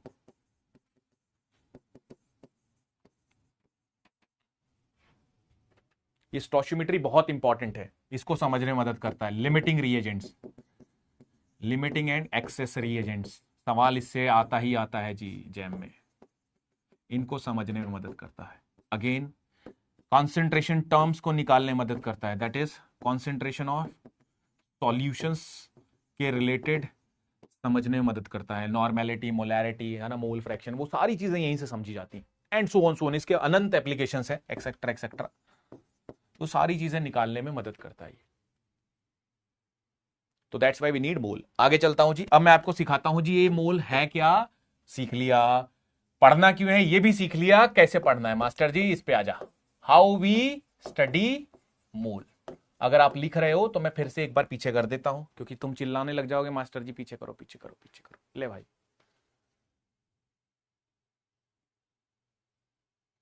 डन। चलिए, तो अब मैं शुरू करता हूं, हाउ वी स्टडी मोल। तो मोल निकालना कैसे है, बस यही ध्यान रखना, मोल कैसे निकालते हैं, मोल निकालना कैसे है। हाउ वी स्टडी मोल में बस एक ही चीज पढ़नी है, मीन्स हाउ वी कैलकुलेट मोल। बस अपन को मोल ही निकालने हैं। अब मोल कैसे निकालने हैं मैं आपको सिखाता हूं, फिर फार्मूले लिख दूंगा। हेलो, चला जा। पहला, कैलकुलेशन ऑफ मोल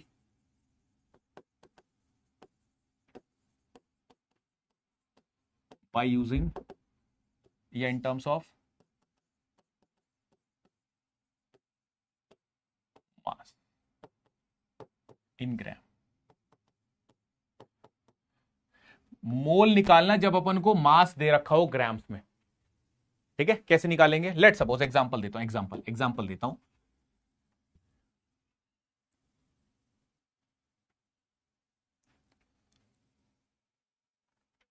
मान ले अगर मैं आपसे कहता हूं कि मेरे पास 16 ग्राम्स ऑफ O2 है। ठीक है, मोल कॉन्सेप्ट का सिलेबस सर, अच्छा ठीक है कोई बात नहीं। अगर मैं कहता हूं 16, भाई ये एस एच जैम में नहीं मेंशन है मोल कॉन्सेप्ट, ठीक है, एस एच जैम में मेंशन नहीं है। मोल कॉन्सेप्ट का सिलेबस यही है जो मैं उतार रहा हूं, तो भी उतार ले, यही सिलेबस है, ये जो मैंने लिखा ना यही सिलेबस है। किसने पूछा? संतोष ने। सिलेबस यही है, स्टोशियोमेट्रीज पढ़नी है, लिमिटिंग एक्सेस पढ़ना है, कंसंट्रेशन टर्म्स चाहे मैं इसमें पढ़ा दूंगा, नहीं तो सॉल्यूशन सीपी में पढ़ाऊंगा। ठीक है जी, और यही अपन को ये दो तो पढ़ना ही पढ़ना है, स्टोशियोमेट्री और लिमिटिंग और एक्सेस रिएजेंट का कॉन्सेप्ट। ठीक है, चलो इधर आ जाओ। तो मैंने लिखा जी 16 ग्राम्स ऑफ O2 है, इसमें आपको मोल निकालना है। तो मोल कैसे निकालोगे, तो इसको समझना जरा कि सर अगर मैं कहता हूं 1 मोल ऑफ O2 तो इसमें कितना मास होगा। तो सर अगर आप इसमें मास की बात करोगे तो मैं लिख दूंगा जी 32 ग्राम। अरे बोलो, यही होगा ना। अगर मान ले इसको और ढंग से समझूं तो सर मुझे ये मास दे रखा है O2 का, मुझे 16 ग्राम के लिए मोल निकालना है। तो मुझे पता है सर O2 है, लिख लिया मैंने। O2 में सबसे पहले तो मुझे ये बताओ कि इसमें अगर मैं इसका मॉलिक्यूलर मास लिखता हूं तो आप कैसे बताओगे? सर मॉलिक्यूलर मास होता है 32 AMU, पक्की बात है, विच इज 32 इंटू 1.626 इंटू 10 की पावर माइनस 24 ग्राम। कैसे लिखा मैंने, ऑक्सीजन है तो इसको ऑक्सीजन ऑक्सीजन लिखा, 816 तो ऊपर कितना आ जाएगा 32, तो 32 ही हो गया इसका मोलिकुलर मास। अगर मैं मोलर मास की बात करता हूं तो मोलर मास कितना हो गया जी 32 ग्राम। ये कैंसिल आउट हो जाएगा ना, मोलर मास मतलब कि इसको Na से मल्टीप्लाई कर दूंगा, ये कैंसिल आउट हो जाएगा, बस ये एंटिटी बचेगा। तो ऊपर कुछ नहीं करना, मोलर मास में जो भी आए वहां ग्राम लगा दे। तो इसको ऐसे लिख सकता हूं, mass of 1 mole of O2 कितना है जी 32 ग्राम। तो अगर 1 मोल में 32 ग्राम है, हेलो, 1 मोल में अगर 32 ग्राम है तो बता 1 ग्राम में कितने मोल होंगे। अबे उल्ट, 1 मोल में अगर 32 है तो 1 ग्राम में कितने होंगे, 32 को नीचे ले आ, तो सर 1/32 मोल। कोई दिक्कत है, ये सबको आना चाहिए यूनिटरी मेथड, सवाल यहीं से होंगे। क्या बोला मैंने, 1 मोल में अगर 32 ग्राम है तो 1 ग्राम में कितने हो, सर 1 ग्राम में मतलब कि आपको 32 को नीचे लाना पड़ेगा, दैट इज 1/32 मोल। अब 1 ग्राम में क्यों निकाला, क्योंकि उसने पूछा 16 ग्राम में, तो 1 ग्राम में पता लग गया तो 16 से मल्टीप्लाई कर दूंगा। तो सर अगर 1 ग्राम है तो 16 ग्राम में कितना होगा, that is 16/32, that is what 2। तो आप इसको और ढंग से लिखना चाहते हो तो मैं इसको थोड़ा सा साइड में लिख देता हूं, या इसको ऊपर कर देते हैं थोड़ा सा। तो अगर मैं 16 ग्राम में निकालना चाहता हूं तो 16/32, और यहीं से आपका मोल आ जाएगा जी 2, दैट इज 1/2। तो यही आपका फॉर्मूला होता है। ये मैंने क्यों बताया, इसलिए ताकि आप इसमें फॉर्मूला जान जाए। फॉर्मूला क्या होता है, तो आप शायद फॉर्मूला भी जानते हैं। मोल कैसे निकालते हैं, गिवन मास बाय मोलर मास। याद क्या रखना है, यही, इसी से निकाल सकते हो। बट हाँ, अगर आपको समझना हो कि ये फॉर्मूला कहां से आता है तो मैंने इसलिए बताया। गिवन मास कितना था, 16 ग्राम में निकालना था, तो गिवन मास, और इसका मोलर मास कितना 32, तो देख ले given mass by molar mass, given mass by molar mass, given mass by molar mass, given mass by molar मास, यही तेरा मोल है हाफ। इसको ऐसे भी निकाल सकते हैं, गिवन मास डायरेक्ट निकाल ले 16/32, आंसर 1/2, या फिर इसको 0.5 बोल ले। पहला फार्मूला तैयार है, पहला फार्मूला फर्स्ट है, पहला फार्मूला डन। चलूं आगे, चलूं जी, चलो आओ दूसरा, calculating moles by using number of molecules.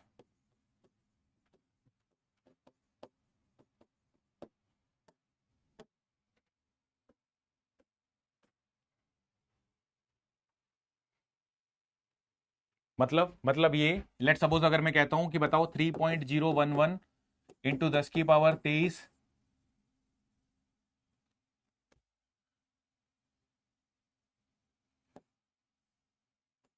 Atoms of oxygen है, या कुछ भी ले ले, लेट सपोज नाइट्रोजन ले ले, कुछ भी ले ले, या मॉलिक्यूल्स ले लेना, मॉलिक्यूल ऑफ नाइट्रोजन है, ठीक है। तो इतने नंबर हैं किसके, नाइट्रोजन के। तो अपन को पता है कि सर हाँ, अगर आप नंबर में बात करोगे, नंबर में बात करोगे, या तो आपने मास में बात करी, अगर आपने नंबर में बात किया तो अपन को पता है नंबर ऑफ नाइट्रोजन इन 1 मोल कितने होंगे, 6.022 इंटू 10 की पावर 23। अब इतने होंगे नंबर।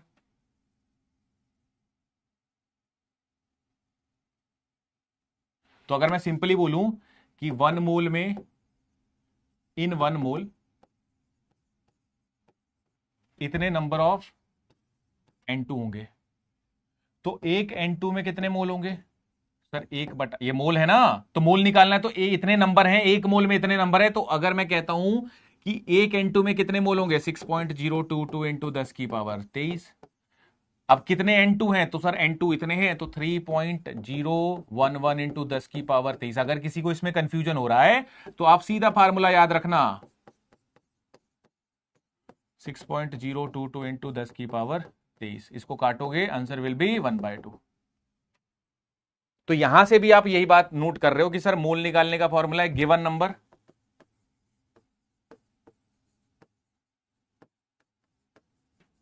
कितने गिवन नंबर थे अपॉन में Avogadro's number which is 6.022 into 10 की पावर 23। देख ले, given number by Avogadro's number जो कि 1 मोल में। डन। चलूं आगे।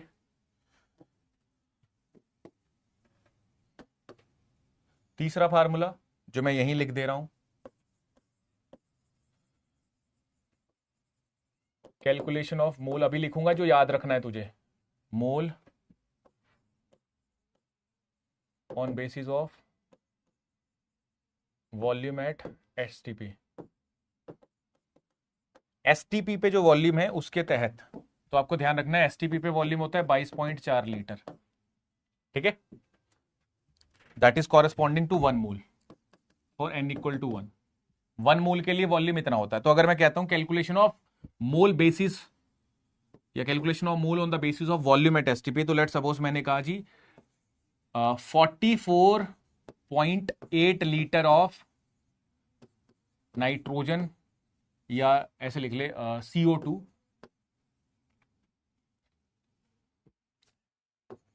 अमोनिया। अमोनिया का मास होता है 17, ठीक है, एट एसटीपी। सवाल क्या है, calculate moles present in 44.8 litre of ammonia at STP, ठीक है। तो इसको कैसे निकालेंगे? किसने सवाल पूछा है कि सर वाई दिस, ले भाई वाई का भी आंसर कर देते हैं। देखो पीवी क्या होता है जी, एनआरटी, वॉल्यूम निकालना है तो एनआरटी बाय पी होता है। मोल कितना है जब 1, आर का वैल्यू 0.0821, टेम्परेचर कितना है जब 0 डिग्री 273, और प्रेशर कितना है 180। इसको सॉल्व कर ले, आंसर कितना आएगा 22.4 लीटर। तो जब मैं प्रेशर टेम्परेचर का ये कंडीशन रखता हूं तो वॉल्यूम जो निकल के आता है वो इतना आता है, और इसी कंडीशन को कहा जाता है STP, that is standard temperature pressure, जिसमें टेम्परेचर रहता हूं मैं 0 डिग्री विच इज 273 केल्विन, और प्रेशर लेता हूं 180, ठीक है। अब मैंने कहा ये मेरे पास क्या है, वॉल्यूम। तो अगर मैं आपसे कहता हूं कि एसटीपी, एसटीपी मतलब 1 मोल के लिए वॉल्यूम है, अभी मोल 1 रखे ना मैंने, तो अगर मैं कहता हूं 1 mole at STP contain 22.4 litre of ammonia, तो 1 लीटर ऑफ अमोनिया कितना कंटेन कर रहा है, मोल, 1 अपॉन में 22.4 लीटर है, कितने मोल या कितने लीटर, 44.8 लीटर ऑफ अमोनिया, तो कितना कंटेन करेगा 44.8 अपॉन में 22.4। किसी को लग रहा है ना अगर फालतू चल रही है कहानी, तो ध्यान रखना सब जैम के सवाल है इसमें, बाकी मर्जी है तुम्हारी। तो इसमें मोल कितने आ गए 2, तो एन कितना है sir, that is mole which is 2। जो सीरियस नहीं ले रहे हैं वो कृपया करके सीरियस हो जाएं, ठीक है जी, चीजों को समझना है। अब इसमें मुझे क्या समझ आ रहा है कि सर गिवन वॉल्यूम, अबे 44.8 ना गिवन वॉल्यूम है, अपॉन में वॉल्यूम एट एसटीपी, तो ये फार्मूला बन गया, given volume of gas at STP upon में volume of gas at STP. ये फार्मूले बनते कैसे हैं, अगर मैं डायरेक्ट लिख देता तो तुम मेरी जान खा जाते, इसीलिए मैं आपको बनाना सिखा रहा हूं कि बनते कैसे फार्मूले, by the definitions, by the meaning of the mole, उसी से बनते हैं ये। तो एक फार्मूला ये हो गया, एक फार्मूला ये हो गया, एक फार्मूला ये लिख दिया, 3 फार्मूले हैं। तीनों फार्मूले एक स्लाइड पे लिखूंगा, सवाल करवाने शुरू करूंगा। सर एसटीपी कंडीशन समझा दीजिए। खुशी जी एसटीपी कंडीशन कितनी बार समझाऊं? एसटीपी कंडीशन क्या होता है, यहां पे लिख दूं खुशी, यहां पे लिख देता हूं खुशी जी। देखो एस, पहले तो इसका फुल फॉर्म लिख दो सर, क्योंकि फुल फॉर्म भी नहीं पता हमें। अच्छा ठीक है, लिख देता हूं, स्टैंडर्ड टेम्परेचर एंड प्रेशर। बोलो जी, बहुत बढ़िया। टेम्परेचर कितना है sir 0 degree, that is 273 kelvin. Pressure जब होगा 180 एम, मोल जब होगा 1, तो वॉल्यूम जो अब मैं निकालूंगा वो कितना आएगा 22.4 लीटर। एसटीपी क्यों बोला जाता है, क्योंकि जब भी मैं एसटीपी कंडीशन बोलता हूं तो ये अंडरस्टूड है, साइंटिस्ट ने बोला एसटीपी रूम टेम्परेचर मतलब 25 डिग्री होता है, तो ऐसे ही बोला गया कि सर एसटीपी मतलब कि जब भी एसटीपी बोल दिया गया मतलब कि जब टेम्परेचर 273 केल्विन है, प्रेशर जब 180 एम है, मोल जब 1 है, तो वॉल्यूम इतना होगा। ये अंडरस्टूड है, ये साइंस की भाषा है एसटीपी कंडीशन। अरे बोलो। अब ये बात मैंने कैसे लिख दी कि 1 mole of STP contain this litre, क्योंकि मैंने बोला 1 मोल के लिए जब मैंने सबको कैलकुलेट किया एसटीपी पे तो 22.4 लीटर आ रहा है। दैट्स वाई मैंने 1 मोल की जगह या 1 मोल ऑफ एसटीपी में वॉल्यूम लिख दिया 22.4 लीटर। कोई भी गैस अगर एसटीपी पे होगी तो इतना ही वॉल्यूम कंटेन करेगी। चलो आगे।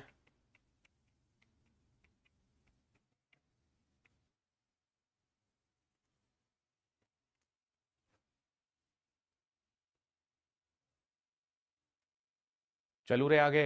ये बाकी कहां गए रे? ओ भाई ओ बाकी कहां हो?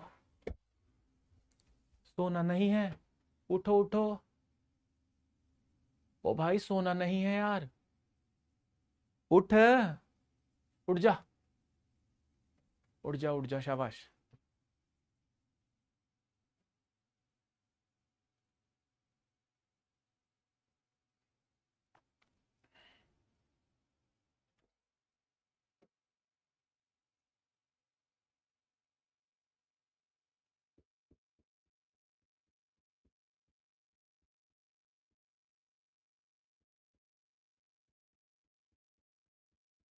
चलो ठीक है जी, चलिए आइए आगे चलते हैं।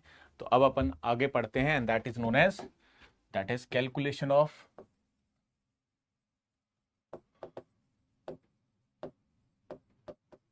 मोल्स।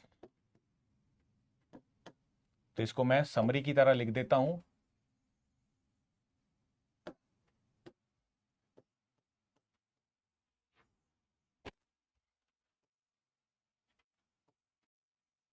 तो 3 फार्मूले हैं, तीनों फॉर्मूले को आपको याद रखना है। पहला फॉर्मूला सर, मोल को निकाला जाता है गिवन मास, आपको याद क्या रखना है, ये गिवन मास अपॉन में molar mass.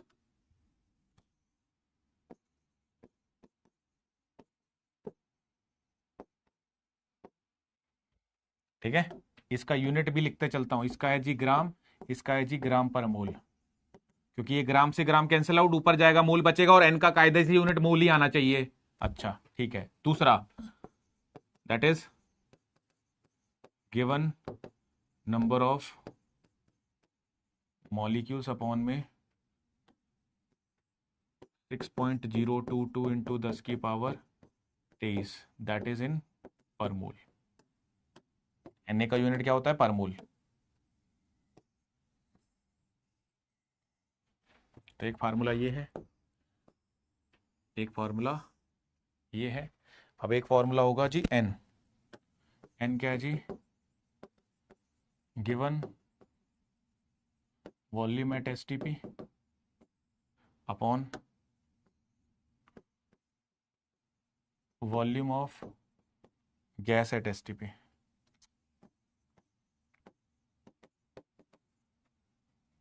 Which is 22.4 litre.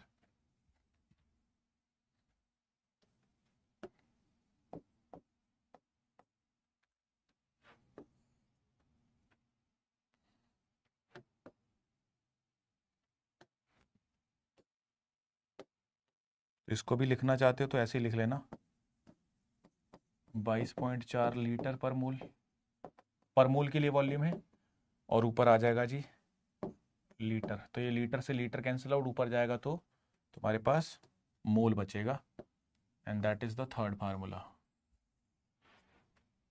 तीनों फार्मूले उतार लो। सर एक बार फिर से बता दीजिए, सब उठ गए हैं, अच्छा ठीक है, और कुछ?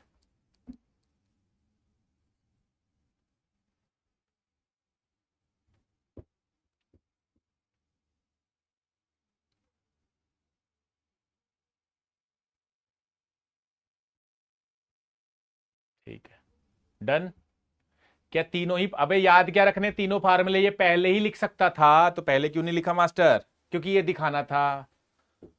ठीक है जी, कि आते कैसे हैं, कोई बात नहीं जी। अब मैं आगे चलता हूं, जिनकी बुद्धि तेज चलती है वो पीछे भी याद रख लेंगे, बातें नहीं चलती है तो ये तो याद रखना ही है सबको। What is the volume is given in ml। आहा, वाह वाह वाह वाह, शाबाश शाबाश शाबाश शाबाश। कंट्रोल कंट्रोल कंट्रोल, ठीक है ठीक है। तो यूनिट कन्वर्ट करेंगे मुजामिल जी, यूनिट कन्वर्ट करेंगे, है ना, इसीलिए हम यूनिट कन्वर्जन पढ़ चुके हैं वॉल्यूम का, ठीक है, इसीलिए हम यूनिट कन्वर्जन पढ़ेंगे। ओके जी, चलिए आइए हम आगे चलते हैं और अब अपन पढ़ने वाले हैं, या सॉरी करने वाले हैं क्वेश्चंस। तो पहला सवाल आपकी स्क्रीन पे ये रहा, कैलकुलेट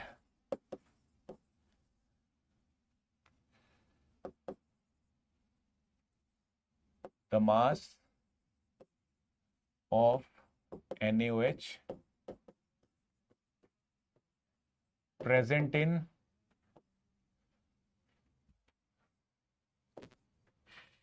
5 mole of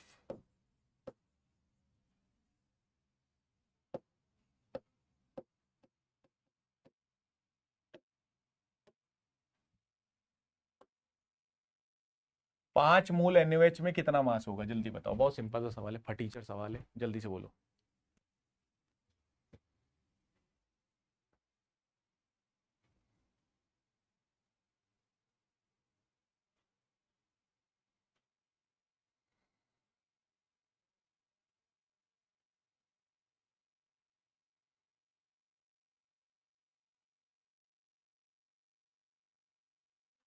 बहुत बढ़िया सुमित, शाबाश, सिंपल है सवाल, एक एक करके लेवल बढ़ाता चलूंगा, ठीक है। तो मोल क्या होते हैं सर, मास की बात करिए, given mass by molar mass, given mass निकालना है, मोल कितने, अरे 5, गिवन मास बाय मोलर मास कितना है NaOH का 40, मल्टीप्लाई कर दे, तो 40 इंटू में 5, आंसर विल बी 200 ग्राम, जय माता दी, that is known as given mass. बहुत बढ़िया question. What is the number of atoms present in 34 grams of ammonia, कोई बता सकता है, क्या बोलो, अलग अलग फार्मूले भी यूज हो सकते हैं या तीनों को कंबाइन करके भी यूज किया जा सकता है, कैसे देख, यहां भी n है, यहां भी n है, यहां भी n है, लेफ्ट हैंड साइड इक्वल है तो राइट विल आल्सो इक्वल, मतलब ये फार्मूला इसके इक्वल, इसके इक्वल, इसके इक्वल भी रखा जा सकता है, क्योंकि तीनों फार्मूले से मोल ही निकल रहा है। कोई बात नहीं, इधर आ जा, सवाल कर, सवाल क्या है, what is the number of atoms, atoms का नंबर पूछा है 34 ग्राम ऑफ अमोनिया में, तो सर यहां पे आपने गिवन मास दे रखा है जी 34 ग्राम, मोलर मास दे रखा है अमोनिया का, तो अमोनिया का मोलर मास कितना होता है, 17 ग्राम पर मोल, बोलो जी। अब 17 कैसे होता है, कईयों को यही नहीं समझ आएगा, पूछ देंगे, डाउट है मास्टर जी, रिपीट कर दो, 7 14 1 1 1 1 1 1, तो ऊपर ऐड कर ले, 14 + 3 17, ठीक है, तो ओवरऑल 17 ग्राम पर मोल हो जाएगा। तो अब मैं यहां से अगर मैं क्या निकालना चाहूं, नंबर ऑफ एटम्स, n का वैल्यू निकालना चाहता हूं, क्या निकाल सकता हूं, बिल्कुल निकाल सकता हूं सर, उसके पहले आपको मोल निकालने पड़ेंगे और मुझे AC को पहले तो बढ़ाना पड़ेगा, मुझे ठंड लग रही है भाई। तो मोल कितना हो जाएगा जी, given mass by molar mass 34/17, answer will be 2, बहुत बढ़िया। उसके बाद अगर आप नंबर का फार्मूला लगाओगे तो यहां से आप एक बार मोल निकाल चुके हो, तो कुछ भी पूछे वो गुड्डू, एक बार बस मोल निकालना है, मोल वाले कॉन्सेप्ट में, मोल वाले सवाल में बस मोल निकालना है। क्या बोला मैंने, क्या बोला, क्या बोला, मोल का कोई भी क्वेश्चन आ जाए, कैसा मर्जी क्वेश्चन आ जाए, कुछ भी पूछे वो, सबसे जरूरी अगर तेरे पास मोल है तो तू उसको कुछ भी बता देगा। सबसे पहला कर्म धर्म तेरा क्या है, मोल निकालना गुड्डू, जैसे इस केस में भी पहले तूने मोल निकाले, अब मोल के बाद वो कुछ भी पूछे, नंबर पूछना, निकाल दे, नंबर कैसे निकालेगा, n इंटू में Na काट, दैट इज 2 इंटू में Na, कितना आ जाएगा जी 2Na, ये 8Na क्यों कह रहे हैं, अब ये 8Na क्यों कह रहे हो, हे भगवान, वक्त ने है किया हम पे कैसा सितम,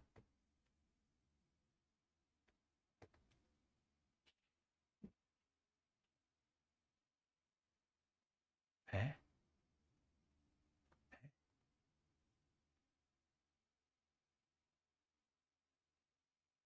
क्या करूं हाय, कुछ कुछ होता है, पता नहीं क्या आंसर करे जा रहे हैं, गुड्डू, ओ गुड्डू, ठीक है, कोई बात नहीं, कोई बात नहीं जी।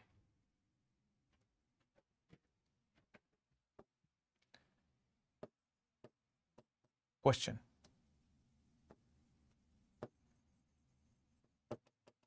What is the volume of CO2 present in 36 grams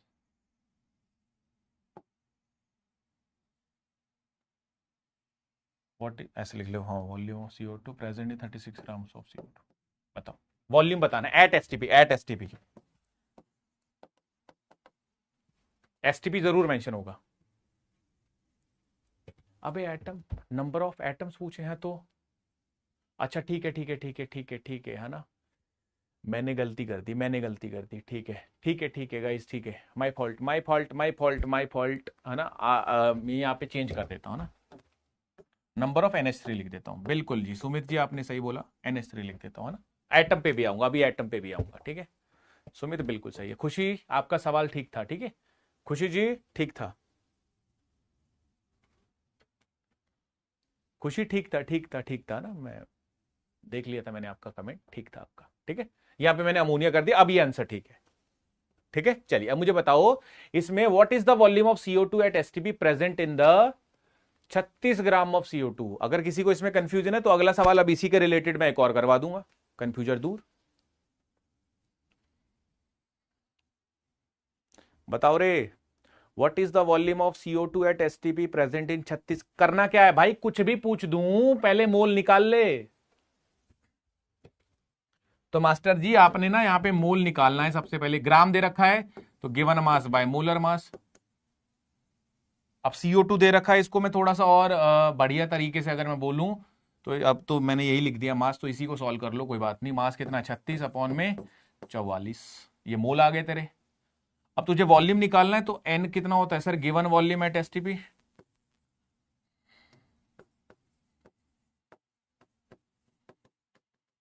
upon में मल्टीप्लाई करो। N कितना है जी, 36 अपॉन में 44। वॉल्यूम एट एसटीपी कितना होगा, 22 पॉइंट में 4। कितना आ जाएगा given volume at STP answer. इसको सॉल्व कर लो, ये तुम्हारा आंसर आ जाएगा 18 के आसपास। बहुत बढ़िया, शाबाश, सबका सबका सही है, सबका सही है। करना कुछ नहीं है, मोल निकाल ले पहले। डन, बहुत बढ़िया। चलिए आगे चलते हैं। तो अब मैं एक एक स्टेप उसमें से बढ़ाते चलूंगा, चीजों को आपको पूछते चलूंगा। क्वेश्चन है जी मेरा आपसे अब, लेट सपोज अगर मैं आपसे कहता हूं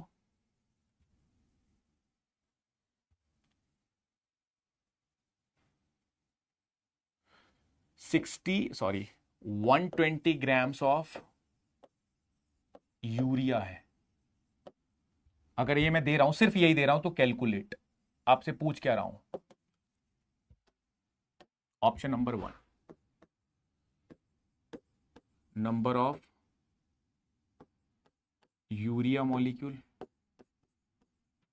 कितने होंगे, दूसरा मोल क्या होगा, तीसरा volume of urea at STP कितना होगा, अगेन चौथा number of nitrogen atom in urea कितना होगा, पांचवा number of carbon atom in urea कितना होगा, sixth number of H2 molecule in urea कितना होगा, again number 7th number of oxygen atom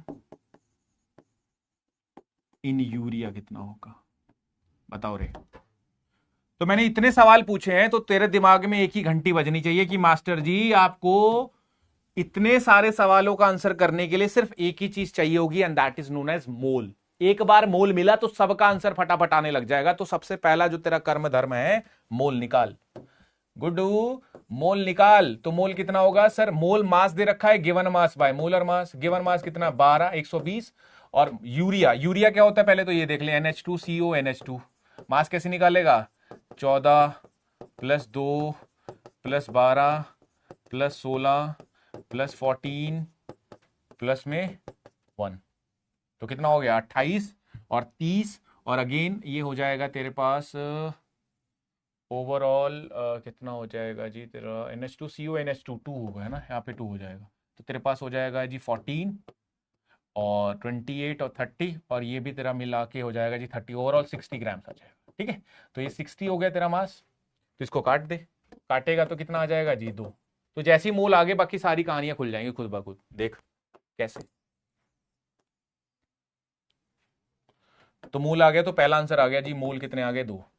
अब मैंने क्या पूछा, नंबर ऑफ यूरिया मॉलिक्यूल। तो ये कितना है, मोल कितने हैं 2, यूरिया के मोल। तो मोल ऑफ यूरिया अगर 2 है तो नंबर अपॉन में एन ए, तो 2 इंटू में एन ए क्या आ जाएंगे जी, N which is number of urea.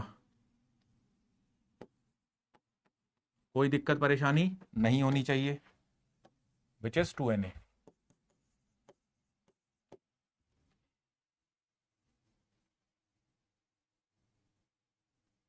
पक्की बात है। अगेन अगर मैं बोलूं वॉल्यूम ऑफ एसटीपी और यूरिया का कितना होगा सर, एन होता है जी वॉल्यूम ऑफ गैस या वॉल्यूम ऑफ यूरिया, देखेंगे एट एसटीपी अपॉन में वॉल्यूम एट एसटीपी जितना होता है 22.4, मल्टीप्लाई करते, मोल कितने हैं 2, तो 2 इंटू में 22 पॉइंट में 4, तो आ जाएगा volume, that is 44.8 litre. Again number of nitrogen atom in urea, तो नाइट्रोजन कितने हैं 2, तो नंबर ऑफ यूरिया मॉलिक्यूल कितने, यूरिया के मॉलिक्यूल कितने टोटल सर 2Na, अभी निकाला तूने, अबे अभी निकाला 2Na।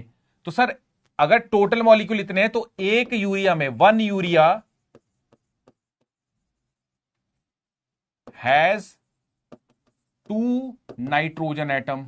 अरे बोलो, तो अगर एक यूरिया में इतने हैं तो यूरिया टोटल कितने सर 2Na, तो कितने होंगे सर 2 इंटू में 2Na विच इज 4Na, तो इतने एटम आ जाएंगे जी तेरे पास। अरे बोलो, तो आ जाएगा जी 4Na। सेम ऐसे ही अगर मैं बोलूं बता कार्बन एटम कितने होंगे, तो यूरिया में कार्बन एक ही है, तो सर एक यूरिया में अगर एक कार्बन है तो टोटल यूरिया कितने 2Na, तो 2Na इसके कार्बन एटम आ जाएंगे। बता इसमें हाइड्रोजन एटम नहीं, हाइड्रोजन मॉलिक्यूल H2 पूछा, H2 कितने इसमें 1 2, तो सर एक यूरिया में अगर 2 H2 हैं तो टोटल H2 कितने आ जाएंगे जी सर, अगर एक यूरिया में 2 H2 है तो टोटल यूरिया 2 है, तो 4Na इज एन आंसर। और ऑक्सीजन कितना है जी, एक ही होगा, तो 2Na इज एन आंसर। मुझे बताओ इस पूरे सवाल में क्या सारी बातें आप निकाल पाए कि नहीं, बोलो रे। डूरू डूरू डूरू डूरू डूरू डूरू डू।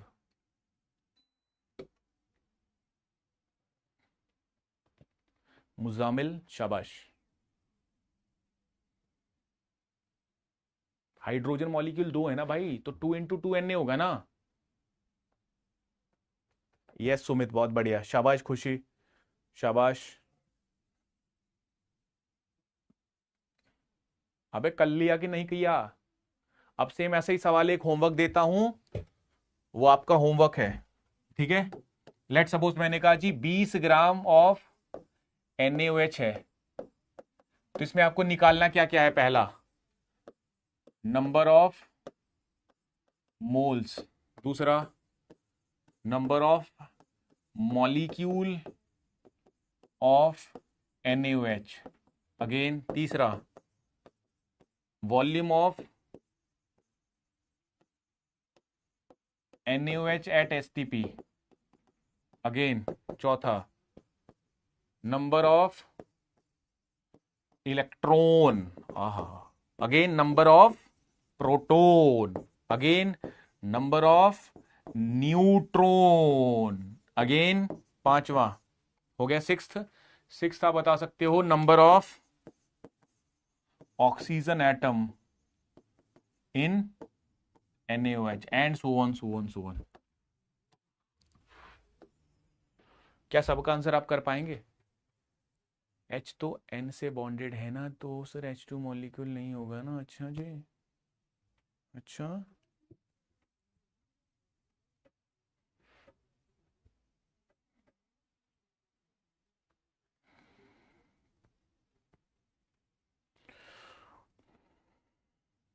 ठीक है, चलिए इसको कर लेना। सबसे पहले मूल निकालने, मूल निकालती सारी बातें हो जाएंगी, करके आना, ठीक है। ये होमवर्क है तुम्हारा। करके आना और डीपीपी सॉल्व कर लेना अपनी आज वाली, ठीक है? हो जाएगा।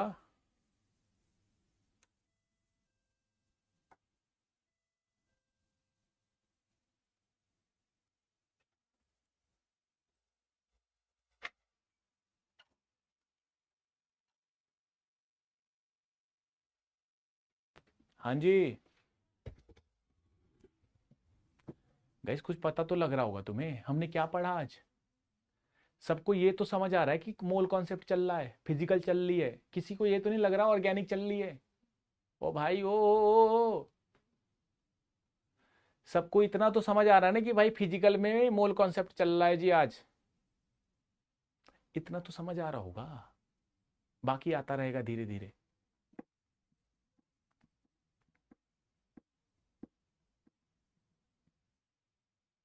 हो गया इस बाय।